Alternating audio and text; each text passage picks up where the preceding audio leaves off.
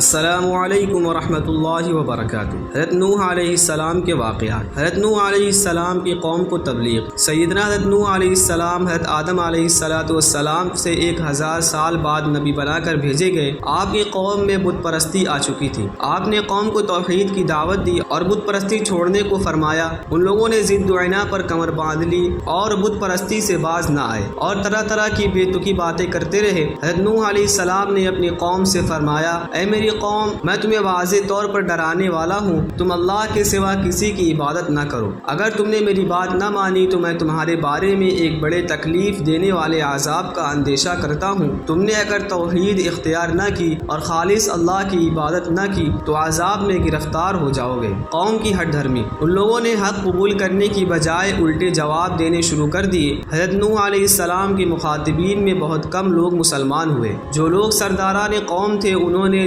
جاہلانہ جواب دیے۔ کسی قوم کے سردار ہی عموماً شر میں آگے بڑھا کرتے ہیں اور قوم ان کے پیچھے چلتی ہے۔ اگر سردار راہ حق پر آ جائے تو باقی قوم کا حق قبول کرنا آسان ہو جاتا ہے۔ ان سرداروں نے پہلی بات یہ کہی کہ اے نوح علیہ السلام، تم ہمارے ہی جیسے آدمی ہو، ہم تمہارے اندر کوئی ایسی خصوصیت نہیں دیکھتے جن کی وجہ سے تم نبوت سے سرفراز ہوئے ہو۔ تمہارا نبی ہونا ہماری سمجھ میں نہیں آتا۔ اور دوسری بات یہ کہی کہ جن لوگوں نے تمہارا اتباع کیا ہے وہ ہم میں سب سے زیادہ بڑھ کر ذلیل اور گھٹیا ہے۔ پھر وہ لوگ جو تمہارے ساتھ لگ گئے ہیں وہ بھی کوئی سوچ سمجھ کے ساتھ نہیں لگے، یوں ہی بے سوچے سمجھے ساتھ ہو لیے ہیں۔ ان کا آپ کے ساتھ لگ لینا ہمارے لیے کوئی حجت نہیں۔ اور تیسری بات انہوں نے یہ کہی کہ اے نوح علیہ السلام، تم اور تمہارے متبعین کو ہم پر کوئی فضیلت حاصل ہو، ایسی کوئی بات ہمیں تو نظر نہیں آتی۔ نہ پہلے تمہیں کوئی برتری حاصل تھی اور نہ اب حاصل ہے۔ یہ باتیں کہتے ہوئے انہوں نے علل اعلان تکذیب کر دی اور یوں کہہ دیا کہ ہم تو تمہیں جھوٹا سمجھتے ہیں۔ ان کی باتیں سن کر حضرت نوح علیہ السلام نے فرمایا،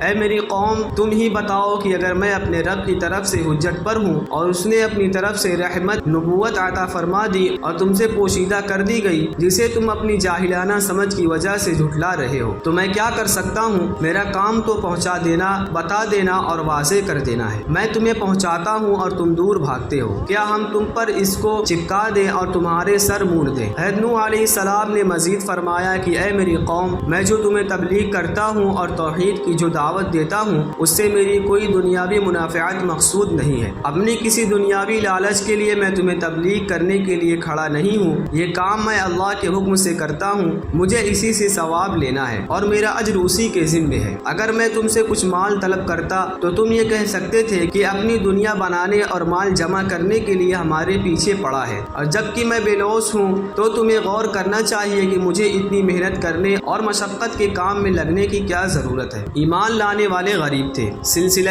کلام جاری رکھتے ہوئے ان لوگوں کے بارے میں فرمایا جو ایمان لائے تھے اور دنیاوی اعتبار سے اونچے درجے کے افراد نہ تھے، اور قوم کے بڑے لوگ چاہتے تھے کہ حضرت نوح علیہ السلام انہیں اپنے پاس سے ہٹا دیں۔ جو لوگ ایمان لائیں میں انہیں نہیں ہٹا سکتا، بے شک وہ اپنے رب سے ملاقات کرنے والے ہیں، یعنی وہ اللہ کے مقرب بندے ہیں، کامیاب ہیں، ان کا ایمان اللہ کے نزدیک معتبر ہے، جس کی وہ انہیں جزا دے گا۔ میں انہیں اپنے پاس سے ہٹا کر اللہ کو کیوں ناراض کروں؟ میں دیکھ رہا ہوں کہ تم جہالت کی باتیں کرتے ہو اور ایمان قبول نہیں کرتے، جو سب سے بڑا اشرف ہے، اور اپنی حقیر دنیا کے پیش نظر اہل ایمان کو گھٹیا بتا رہے ہو۔ مزید فرمایا، اے میری قوم، میں مومنین کو اپنے پاس سے ہٹا دوں اور دور کر دوں تو اللہ تعالیٰ مجھ سے ناراض ہو جائے گا، پھر اس کی ناراضگی کو کوئی دفع کرنے والا نہ ہوگا۔ تم اپنی جہالت سمجھتے کیوں نہیں؟ ان لوگوں نے صاف تو نہ کہا تھا کہ ان لوگوں کو ہٹا دے، لیکن ان کے کلام سے یہ مفہوم ہو رہا تھا کہ ان کو ہٹا دیا جائے تو ہم ایمان لا سکتے ہیں، اس لیے ان کی بات کی تردید فرما دی۔ قوم کے باطل خیالات۔ ان لوگوں نے جو یہ کہا تھا کہ تم ہماری طرح کے آدمی ہو اور یہ کہ ہم تمہارے اندر کوئی اپنے سے زیادہ بات نہیں دیکھتے، اس کا مطلب یہ تھا کہ اگر تم نبی ہوتے تو تمہارے پاس مال بہت ہونا چاہیے تھا جو دنیا میں برتری کا ذریعہ ہے۔ حضرت نوح علیہ السلام نے فرمایا کہ میں تو یہ نہیں کہتا کہ میرے پاس اللہ کے خزانے ہیں، دنیا زیادہ ہونا اللہ کے یہاں فضیلت کی کوئی چیز نہیں ہے۔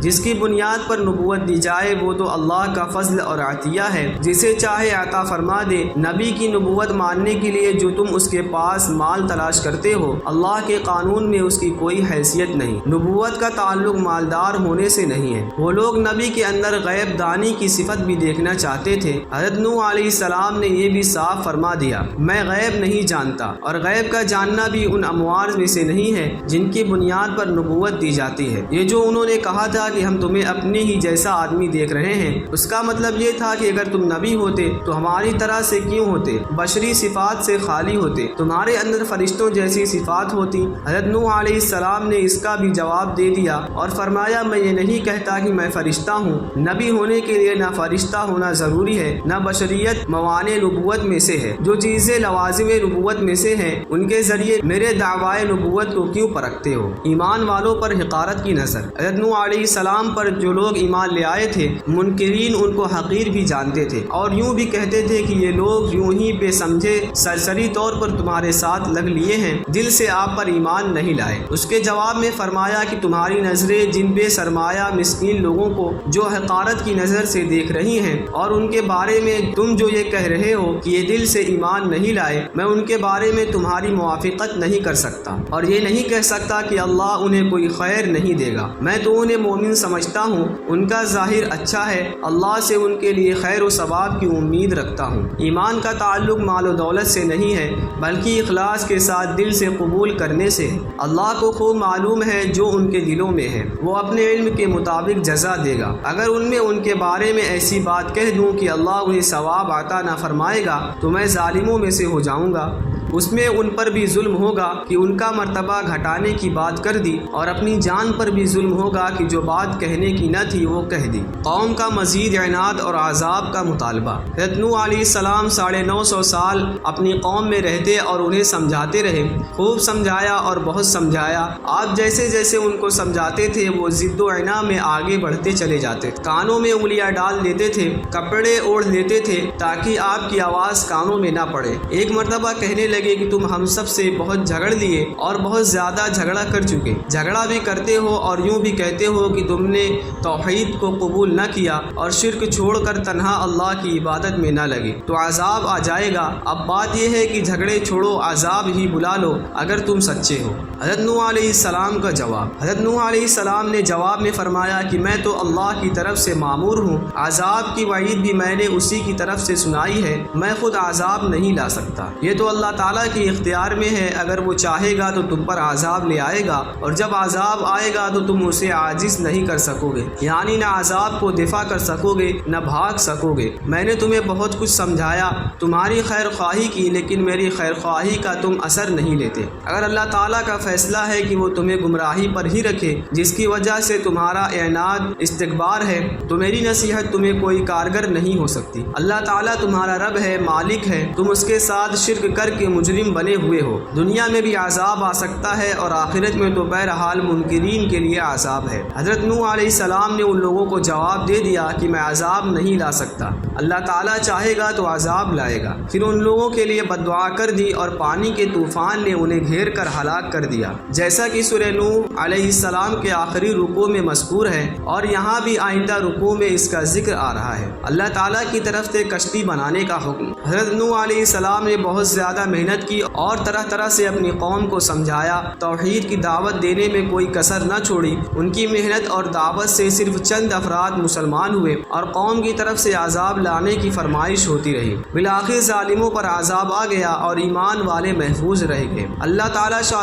نے حضرت نوح علیہ السلام کے پاس وحی بھیجی کہ تمہاری قوم میں سے جو لوگ ایمان لا چکے ہیں اب ان کے علاوہ کوئی شخص ایمان نہ لائے گا، آپ ان کے حال پر غمگین نہ ہوں، کیونکہ توقع کی چیز کے واقع نہ ہونے سے رنج ہوتا ہے۔ جب ان سے ایمان لانے کی توقع ہی اٹھ گئی تو کیوں غم کیا جائے؟ کافروں پر عذاب آنا تھا، اللہ تعالیٰ نے حکم دیا کہ اے نوح تم ہمارے سامنے ہمارے سے ایک کشتی لو جس میں سوار ہو کر اہل ایمان ڈوبنے سے محفوظ ہو جائیں گے اور کافر سب غرق ہوں گے۔ اللہ تعالیٰ شاہ نے نوح علیہ السلام سے یہ بھی فرمایا کہ ظالموں یعنی کافروں کے بارے میں مجھ سے سوال نہ کرنا، ان کو ڈوبنا ہی ہے۔ اللہ تعالیٰ کے فرمان کے مطابق حضرت نوح علیہ السلام نے کشتی بنانے کے لیے تختے لیے، ان میں کھیرے ٹھوکتے رہے۔ قوم کے سرداروں کا تمسخر۔ ادھر تو کشتی تیار ہو رہی تھی اور ادھر ان کی قوم کے سردار اور چودھری گزرتے تھے، چونکہ انہیں عذاب آنے کا یقین نہیں تھا، اس لیے حضرت نوح علیہ السلام پر ہنستے تھے اور ٹھٹھا کرتے تھے اور کہتے تھے کہ جی ہاں تم تو اس کشتی میں بیٹھ کر محفوظ ہو جاؤ گے۔ کبھی کہتے تھے کہ یہ کشتی خشکی میں کیسے چلے گی، کیونکہ وہ خشکی میں بنائی جا رہی تھی۔ کبھی کہتے تھے کہ اے نوح علیہ السلام ابھی تو تم نبی تھے، اب تم بڑھئی ہو گئے۔ حضرت نوح علیہ السلام نے فرمایا اگر آج تم ہم پر ہنس رہے ہو تو تم سمجھ لو کہ وہ دن بھی آنے والا ہے کہ ہم تم پر ہنسیں گے جیسا کہ آج تم ہم پر ہنس رہے ہو۔ ان قریب تمہیں پتہ چل جائے گا کہ کس پر رسوا کرنے والا عذاب آتا ہے اور کس پر دائمی عذاب نازل ہوتا ہے۔ پانی کا طوفان اور کافروں کی غرقابی۔ حضرت نوح علیہ السلام نے کشتی بنا کر تیار کر لی۔ پانی کا طوفان آنا تھا، اس کی ابتدا ہو گئی۔ اہل ایمان کو غرق ہونے سے بچانا تھا اور چوپائے اور درند پرند کی نسلیں بھی چلانی تھی اور بعد میں دنیا بھی آباد ہونی تھی۔ اس لیے اللہ تعالیٰ نے نوح علیہ السلام کو حکم دیا جو لوگ اہل ایمان ہیں انہیں اور اپنے گھر والوں کو کشتی میں سوار کر دو۔ ہاں تمہارے گھر والوں میں جو ڈوبنا قضائے قدر میں طے ہو چکا ہے ان کو سوار مت کرو۔ ان میں ان کا ایک لڑکا تھا جو ایمان نہیں لایا تھا اور ایک بیوی تھی وہ بھی ایمان نہیں لائی تھی۔ ان دونوں کے کفر کی وجہ سے ان کے ڈوب جانے اور نجات نہ پانے کا اللہ تعالیٰ کی طرف سے پہلے ہی فیصلہ ہو چکا تھا۔ جو حضرات ایمان لائے تھے ان کی تعداد کم تھی۔ یہ کتنے افراد تھے اس کے بارے میں متعدد اقوال ہیں جو کسی صحیح سند سے ثابت نہیں۔ حضرت ابن عباس رضی اللہ عنہ سے منقول ہے یہ 80 افراد تھے جن میں مرد بھی تھے اور عورتیں بھی تھیں۔ ان میں حضرت نوح علیہ السلام کے 3 بیٹے اور ان بیٹوں کی 3 بیویاں تھیں۔ حضرت نوح علیہ السلام کا ایک بیٹا جو کافر تھا اسے کشتی میں سوار نہیں کیا گیا۔ حضرت نوح علیہ السلام کی بیوی کو سورہ تحریم کے آخری رکوع میں کافروں میں شمار فرمایا اور یہ بھی فرمایا ہے کہ وہ دوزخ میں داخل ہوگی۔ بعض حضرات نے یوں کہا ہے کہ ان کی 2 بیویاں تھیں، ایک مومنہ تھی اور دوسری کافرہ۔ کافرہ غرق ہوئی اور مومنہ کشتی میں سوار کر لی گئی تھی، وہ بھی ڈوبنے سے محفوظ کر لی گئی تھی۔ اللہ تعالیٰ شانہ نے پہلے ہی فرما دیا تھا کہ ظالموں یعنی کافروں کے بارے میں مجھ سے خطاب نہ کرنا، لہٰذا کافروں کے لیے سفارش کرنے اور نجات کی دعا کرنے کا موقع نہ تھا۔ پانی پہلے تنور سے ابلا۔ بنی آدم اہل ایمان جو کشتی میں سوار ہوئے تھے ان کے علاوہ بحکم خداوندی چرند اور پرند میں کا ایک جوڑا بھی حضرت نوح علیہ السلام نے کشتی پر سوار کر لیا تھا۔ پانی آیا جو پہلے تنور سے ابلنا شروع ہوا، سو ہم نے خوب بہنے والے پانی سے آسمان کے دروازے کھول دیے اور زمین سے چشمے جاری کر دیے۔ پھر پانی اس کام کے لیے مل گیا جو پہلے سے تجویز ہو چکا تھا، یعنی آسمان کا پانی اور زمین کا پانی دونوں مل گئے اور کافروں کی ہلاکت کا فیصلہ ہو چکا تھا۔ پانی کی طغیانی کے ذریعے وہ فیصلہ پورا ہو گیا۔ یہ پانی بہت زیادہ تھا جس سے محفوظ رہنے کا اہل کفر کے لیے کوئی ذریعہ نہ تھا۔ اہل ایمان کا طوفان سے بچنا۔ حضرت نوح علیہ السلام نے اپنے ساتھیوں سے یعنی اہل ایمان سے فرمایا کہ کشتی میں سوار ہو جاؤ، اللہ کے نام سے ہے اس کا چلنا اور اس کا ٹھہرنا، یعنی اس کے چلنے کی ابتدا اللہ کے نام سے ہے اور اس کا ٹھہر جانا بھی اللہ ہی کے نام سے ہوگا۔ بعض مفسرین نے فرمایا ہے کہ دوران طوفان جب حضرت نوح علیہ السلام کشتی کو روکنا چاہتے تھے تو بسم اللہ کہہ دیتے تھے اور جب چاہتے تھے کہ چل پڑے تو بسم اللہ کہہ دیتے تھے۔ اللہ تعالیٰ شانہ نے فرمایا فَإِذَا اسْتَوَيْتَ أَنْتَ وَمَن مَّعَكَ عَلَى الْفُلْكِ فَقُلِ الْحَمْدُ لِلَّهِ الَّذِي نَجَّانَا مِنَ الْقَوْمِ الظَّالِمِينَ۔ سو جب تو اور تیرے ساتھی کشتی پر بیٹھ جائیں تو یوں کہنا کہ سب تعریف اللہ کے لیے ہے جس نے ظالم قوم سے نجات دی۔ اور دعا کی تلقین فرماتے ہوئے اللہ تعالیٰ نے یہ بھی فرمایا کہ دعا میں یوں کہیے کہ اے رب مجھے برکت والی جگہ میں اتار اور تو بہترین اتارنے والوں میں سے ہے۔ کشتی سے اترتے وقت کیا دعا کرے اس کے لیے یہ دعا تلقین فرمائی۔ نوح علیہ السلام کا بیٹا موج کی لپیٹ میں۔ کشتی چل رہی ہے، پہاڑوں کی طرف موجیں ہیں۔ حضرت نوح علیہ السلام کا بیٹا موجوں کے تھپیڑوں سے دوچار ہو رہا ہے، قریب ہے کہ ڈوب جائے۔ وہ ان سے علیحدہ تھا، کشتی میں سوار نہ تھا اور ایمانی اعتبار سے بھی ان کے ساتھ نہ تھا۔ آپ نے اسے آواز دی اے بیٹے ہمارے ساتھ سوار ہو جا، کافروں کے ساتھ نہ ہو، ان کے دین کو چھوڑ دے۔ لیکن اس نے نہ مانا اور کہنے لگا کہ میں کسی پہاڑ پر ٹھکانہ پکڑ لوں گا، وہ مجھے پانی سے بچا لے گا۔ اس کا خیال تھا کہ جیسے عام طور سے سیلاب آتے ہیں اسی طرح سے یہ بھی ایک سیلاب ہے، پہاڑ پر چڑھ جاؤں گا تو بچ جاؤں گا، کیونکہ عام طور سے سیلاب پہاڑوں کی چوٹیوں تک نہیں جاتا۔ وہ چونکہ ایمان نہیں لایا تھا اس لیے یہ بات مانتا ہی نہ تھا کہ اللہ کی طرف سے عذاب ہے۔ جب اللہ تعالیٰ کی طرف سے عذاب آ جائے تو کہیں پر بھی نہیں بچ سکتا، پہاڑیوں کی چوٹیاں اسے نجات نہیں دے سکتی۔ حضرت نوح علیہ السلام نے فرمایا کہ آج اللہ کے حکم سے کوئی بچانے والا نہیں، ہاں جس پر اللہ تعالیٰ رحم فرمائے وہی بچ سکتا ہے، لیکن کافروں پر وہ رحم نہیں فرمائے گا، ان سب کو ڈوبنا ہی ڈوبنا ہے۔ یہ باتیں ہو رہی تھی کہ ایک موج آئی جو 2 باپ بیٹوں کے درمیان حائل ہو گئی، سو وہ غرق کیے جانے والوں میں سے ہو گیا۔ کشتی کا جودی پہاڑی پر ٹھہرنا۔ پانی کا طوفان آیا جو خوب زیادہ تھا، پہاڑوں کی چوٹیوں سے بھی اوپر پانی پہنچ گیا اور اس کی موجیں بھی پہاڑوں کی طرح تھیں۔ اتنے کثیر پانی سے کون بچ سکتا تھا سوائے ان مومن مخلص بندوں کے جو حضرت نوح علیہ السلام کی کشتی میں سوار تھے۔ اللہ تعالیٰ نے انہیں محفوظ رکھا۔ یہ طوفان کتنے دن رہا اس کے بارے میں جو روایات ہیں ان میں اختلاف ہے۔ ایک قول یہ ہے کہ کشتی 150 دن تک پانی پر رہی اور ایک قول یہ ہے کہ وہ 6 مہینے تیرتی رہی۔ صحیح علم اللہ تعالیٰ ہی کو ہے۔ پھر جب اللہ تعالیٰ کو طوفان ختم کرنا منظور ہوا تو زمین کو حکم دے دیا کہ اپنے پانی کو نگل لے، اور آسمان کو حکم دیا پانی برسانا بند کر دے،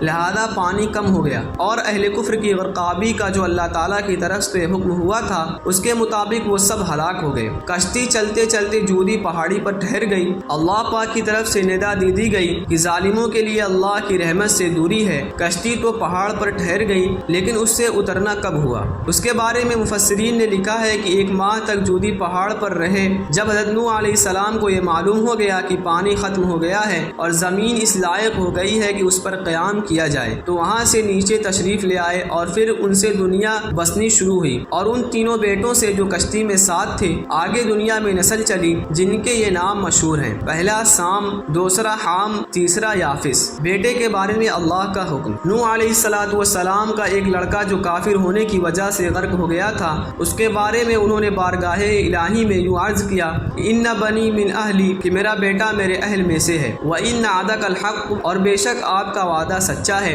وَأَنْتَ أَحْكَمُ الْحَاكِمِينَ، اور آپ احکم الحاکمین ہیں۔ اللہ تعالیٰ شانہ کی طرف سے انہیں جواب دیا گیا کہ اے نوح علیہ السلام، تمہارا بیٹا ہمارے علم ازلی میں تمہارے ان گھرانوں میں سے نہیں جو ایمان لا کر نجات پائیں گے۔ اس کے اعمال درست نہیں ہیں، اور انہیں اعمال میں سے یہ ہے کہ اسے کفر پر اصرار ہے، اس کا خاتمہ ایمان پر ہونے والا نہیں، تو اس کے لیے نجات کی دعا کرنے کا بھی کوئی موقع نہیں۔ فلا تسألنی ما لیس لک بہ علم، سو اے نوح مجھ سے اس بات کا سوال نہ کرو جس کا تمہیں علم نہیں۔ تم جو یہ سمجھ رہے ہو کہ اس کے ایمان لا کر نجات پانے کا احتمال ہے، قضاء و قدر کے فیصلے کے مطابق سمجھ لینا صحیح نہیں ہے۔ بے شک میں تمہیں نصیحت کرتا ہوں کہ جاہلوں میں سے مت بنو۔ نوح علیہ السلام نے عرض کیا، اے میرے رب، میں اس بات سے آپ کی پناہ مانگتا ہوں کہ اس چیز کا سوال کروں جس کا مجھے علم نہیں ہے، اور اگر آپ نے میری مغفرت نہ فرمائی اور مجھ پر رحم نہ فرمایا تو میں تباہ کاروں میں سے ہو جاؤں گا۔ اہل ایمان کا بسلامت کشتی سے اترنا۔ جب کشتی جودی پہاڑی پر ٹھہر گئی اور پانی اتر گیا جس کی وجہ سے زمین میں بسنے کی صورتحال پیدا ہو گئی تو اللہ تعالیٰ نے نوح علیہ السلام کو حکم دیا کہ پہاڑ سے اترو، تمہارے لیے ہماری طرف سے سلامتی اور برکتیں ہیں، اور جو جماعتیں تمہارے ساتھ ہیں ان پر بھی ہماری برکتیں ہیں، اور بہت سی جماعتیں ایسی بھی ہوں گی جو آگے چل کر دائرہ ایمان سے نکل جائیں گی۔ ان لوگوں کو ہم دنیا میں ایسی زندگی دیں گے جس سے فائدہ اٹھا لیں گے، پھر انہیں ہماری طرف سے دردناک عذاب پہنچ جائے گا۔ پہلے سے بتا دیا تھا اس وقت جو زمین پر تم اتر رہے ہو سب مسلمان ہو، لیکن ان اترنے والوں کی نسلوں میں سے پھر اہل کفر پیدا ہوں گے، ان کو ہماری طرف سے دردناک عذاب پہنچ جائے گا، آخرت میں تو ہر کافر کے لیے سخت عذاب ہے۔ حضرت نوح علیہ السلام اور لوط علیہ السلام کی بیویوں کا عبرتناک انجام۔ اللہ تعالیٰ نے کافروں کے لیے نوح علیہ السلام اور لوط علیہ السلام کی بیوی کی کہاوت بیان فرمائی، یہ دونوں ہمارے بندوں میں سے شائستہ اور نیک بندوں کے گھر میں تھی، پھر ان کی انہوں نے خیانت کی، بس وہ دونوں نیک بندے ان سے اللہ کے کسی عذاب کو نہ روک سکے، اور حکم دے دیا گیا کہ اے عورتوں، دوزخ میں جانے والوں کے ساتھ تم دونوں بھی چلی جاؤ۔ پیغمبروں کی صحبت انہیں کام نہ آئی۔ اللہ تعالیٰ نے یہاں عبرت حاصل کرنے کے لیے فرمایا کہ دیکھو دو پیغمبروں کی عورتیں جو حضرت نوح علیہ السلام کی اور حضرت لوط علیہ السلام کی، جو ہر وقت ان نبیوں کی صحبت میں رہنے والی اور دن رات ساتھ اٹھنے بیٹھنے والی اور ساتھ ہی کھانے پینے والی بلکہ سونے جاگنے والی تھی، لیکن چونکہ ایمان میں ان کی ساتھی نہ تھی اور اپنے کفر پر قائم تھی، پس پیغمبروں کی 8 پہر کی صحبت انہیں کچھ کام نہ آئی۔ انبیاء اللہ انہیں آخروی نفع نہ پہنچا سکے اور نہ آخروی نقصان سے بچا سکے، بلکہ عورتوں کو بھی دوزخیوں کے ساتھ جہنم میں جانے کو کہہ دیا گیا۔ یہ یاد رہے کہ خیانت کرنے سے مراد یہاں بدکاری نہیں، انبیاء علیہ السلام کی حرمت و عصمت اس سے بہت اعلیٰ اور بالا ہے کہ ان کی گھر والیاں فاحشہ ہوں، بلکہ یہاں مراد خیانت فی الدین ہے، یعنی دین میں اپنی خاوند کی خیانت کی، ان کا ساتھ نہ دیا۔ حضرت ابن عباس رضی اللہ عنہ فرماتے ہیں کہ ان کی خیانت زناکاری نہ تھی، بلکہ یہ تھی کہ حضرت نوح علیہ السلام کی بیوی تو لوگوں سے کہا کرتی تھی کہ یہ مجنون ہے، اور لوط علیہ السلام کی بیوی جو مہمان حضرت لوط علیہ السلام کے ہاں آتے تو کافروں کو خبر دیتی تھی، یہ دونوں بددین تھیں۔ نوح علیہ السلام کی بیوی ان کے رازداری اور پوشیدہ طور پر ایمان لانے والوں کے نام کافروں پر ظاہر کر دیا کرتی تھی۔ اسی طرح حضرت لوط علیہ السلام کی بیوی بھی اپنے خاوند اللہ کے رسول کی مخالف تھی، اور جو لوگ بھی آپ کے ہاں مہمان بن کر ٹھہرتے یہ جا کر اپنی قوم سے خبر کر دیتی جنہیں بدفعلی کی عادت تھی۔ یہ تھا حضرت نوح علیہ السلام کا واقعہ۔ بس آج کے لیے اتنا ہی، ملتے ہیں کسی اور واقعے کے ساتھ، تب تک کے لیے خدا حافظ۔